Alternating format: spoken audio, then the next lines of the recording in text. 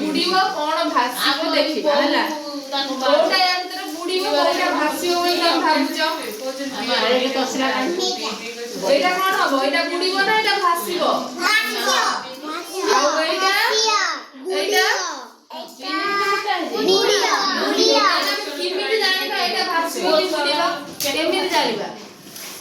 ଯଦି ଆମେ ଏଇଟାକୁ କଣ କରିବା? ପାଣିରେ ପକେଇଦବା ତାହେଲେ ଆମେ ଜାଣିବା ଯେ ଏଇଟା ବୁଡ଼ିବ କି ଭାସିବ ହେଲା। ଆମେ ସବୁ ଏବେ ଦେଖିବା ଗୋଟା ବୁଡ଼ିବ କି ଭାସିବ। ଆମେ ଗୋଟେ ଗୋଡ଼ି ପକେଇକି ନା ନା ତମେ ଚୁପି ବସ, ମୁଁ ପକେଇକି ଦେଖିବ। ଦେଖନି ଗୋଡ଼ି ଭାସିଲା ନା ବୁଡ଼ିଗଲା? ଗୋଡ଼ି ବୁଡ଼ିଗଲା। ହଉ ବସ ବସ ବସ। ଏବେ ଆମେ ଦେଖିବା ପତ୍ର ଭାସିବ ନା ବୁଡ଼ିବ। ଦେଖନି ପତ୍ର କଣ ହେଲା? ପତ୍ର ଭାସିଲା। ବସ ଏବେ ବସ ଭିତରକୁ ବସ।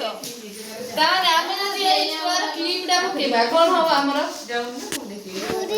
ବୁଡ଼ିଯିବ। ତେଣୁ ଆମର ବୁଡ଼ିଯିବା ଏଟା ଆମେ କୋଉଠି ରଖିବା? ଏଠି ରଖିବା। ଏଇବେ ବୁଡ଼ିଗଲା। ବୁଝିଲ? ହଉ ନିଅ। ଆମେ ଆଉ ଗୋଟେ ଦେଖିବା ତୁ ଗୋଟେ ପତ୍ର ପକେଇକି ଦେଖିବୁ ବସ। ନିଅ ତୁ ସମସ୍ତେ ଗୋଟେ ଗୋଟେ ପତ୍ର ପକେଇକି ଦେଖିଲ ପତ୍ର ଭାସୁଛି ନା ବୁଡୁଛି? ଢାଳି ହବ ଧୀରେ ଧୀରେ ପକାଅ। ଆମେ ଯେତେ ପତ୍ର ପକେଇନେ ବି ପତ୍ର ସବୁ ଭାସୁଛି। ବସ ବସ ବସ ବସ ସବୁ ବସ। ମୁଁ ଦେବି ଗୋଟେ ଗୋଟେ ଧର ଗୋଟେ ଗୋଟେ ଧର ସବୁ ଧର।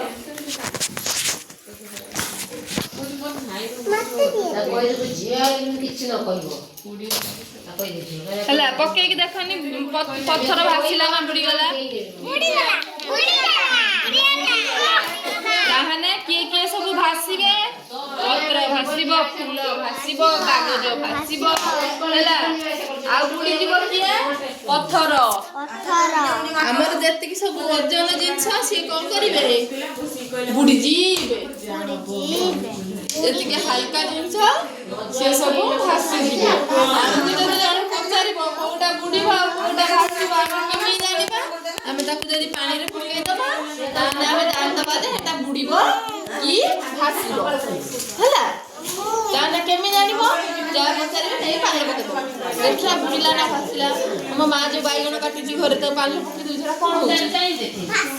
ଭାସି ଯାଉଛି ହେଲା। କିନ୍ତୁ ବୋଇତାଳୁ କାଟିଲେ କଣ ହଉଛି?